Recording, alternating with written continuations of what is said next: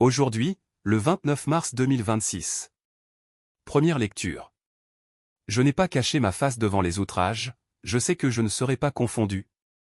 Lecture du livre du prophète Isaïe. Le Seigneur mon Dieu m'a donné le langage des disciples, pour que je puisse, d'une parole, soutenir celui qui est épuisé.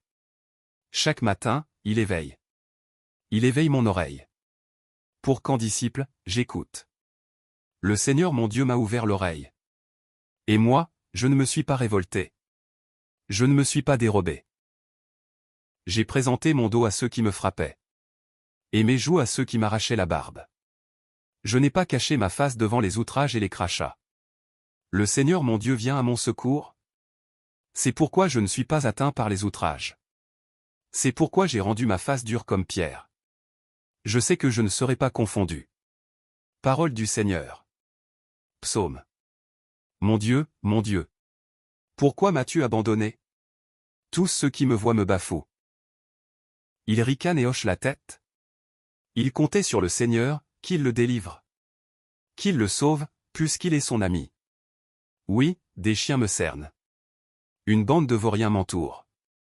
Ils me percent les mains et les pieds. Je peux compter tous mes os. Ils partagent entre mes habits. Et tirent au sort mon vêtement. Mais toi, Seigneur, ne sois pas loin. Ô ma force, viens vite à mon aide. Tu m'as répondu. Et je proclame ton nom devant mes frères. Je te loue en pleine assemblée. Vous qui le craignez, louez le Seigneur. Deuxième lecture. Il s'est abaissé, c'est pourquoi Dieu l'a exalté. Lecture de la lettre de saint Paul apôtre aux Philippiens. Le Christ Jésus, ayant la condition de Dieu, ne retint pas jalousement le rang qu'il égalait à Dieu. Mais il s'est anéanti, prenant la condition de serviteur, devenant semblable aux hommes. Reconnu homme à son aspect, il s'est abaissé, devenant obéissant jusqu'à la mort. Et la mort de la croix. C'est pourquoi Dieu l'a exalté. Il l'a doté du nom. Il l'a doté du nom qui est au-dessus de tout nom. Afin qu'au nom de Jésus, tout genou fléchisse. Au ciel, sur terre et aux enfers. Et que toute langue proclame. Jésus-Christ est Seigneur.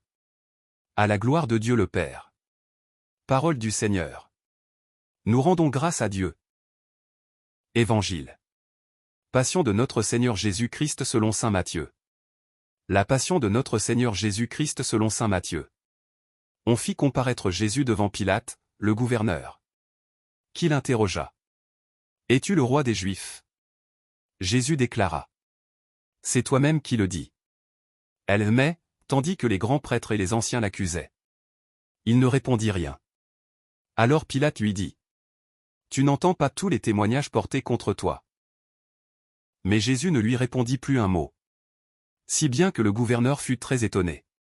Or, à chaque fête, celui-ci avait coutume de relâcher un prisonnier. Celui que la foule demandait. Il y avait alors un prisonnier bien connu, nommé Barabbas. Les foules s'étant donc rassemblées. Pilate leur dit. Qui voulez-vous que je vous relâche? Barabbas? Ou Jésus, appelé le Christ? Il savait en effet que c'était par jalousie qu'on avait livré Jésus. Tandis qu'il siégeait au tribunal. Sa femme lui fit dire. Ne te mêle pas de l'affaire de ce juste. Car aujourd'hui j'ai beaucoup souffert en songe à cause de lui. Les grands prêtres et les anciens poussèrent les foules à réclamer Barabbas et à faire périr Jésus. Le gouverneur reprit. Lequel des deux voulez-vous que je vous relâche? Ils répondirent. Barabbas. Pilate leur dit. Que ferai-je donc de Jésus? Appelez le Christ? Ils répondirent tous. Qu'il soit crucifié. Pilate demanda. Quel mal a-t-il donc fait? Il criait encore plus fort. Qu'il soit crucifié. Pilate, voyant que ses efforts ne servaient à rien, sinon à augmenter le tumulte, prit de l'eau et se lava les mains devant la foule, en disant.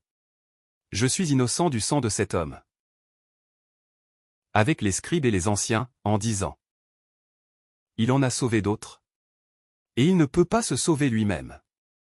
Il est roi d'Israël. qu'il descende maintenant de la croix. Et nous croirons en lui. Il a mis sa confiance en Dieu. Que Dieu le délivre maintenant. S'il l'aime. Car il a dit. Je suis fils de Dieu. Les bandits crucifiés avec lui l'insultaient de la même manière. Partir de la 6e heure, c'est-à-dire midi. L'obscurité se fit sur toute la terre. Jusqu'à la 9e heure. Vers la 9e heure. Jésus cria d'une voix forte. Élie, Élie, lema sabachthani. Ce qui veut dire. Mon Dieu, pourquoi m'as-tu abandonné? L'ayant entendu. Quelques-uns de ceux qui étaient là disaient. Le voilà qui appelle le prophète Élie. Aussitôt l'un d'eux courut prendre une éponge.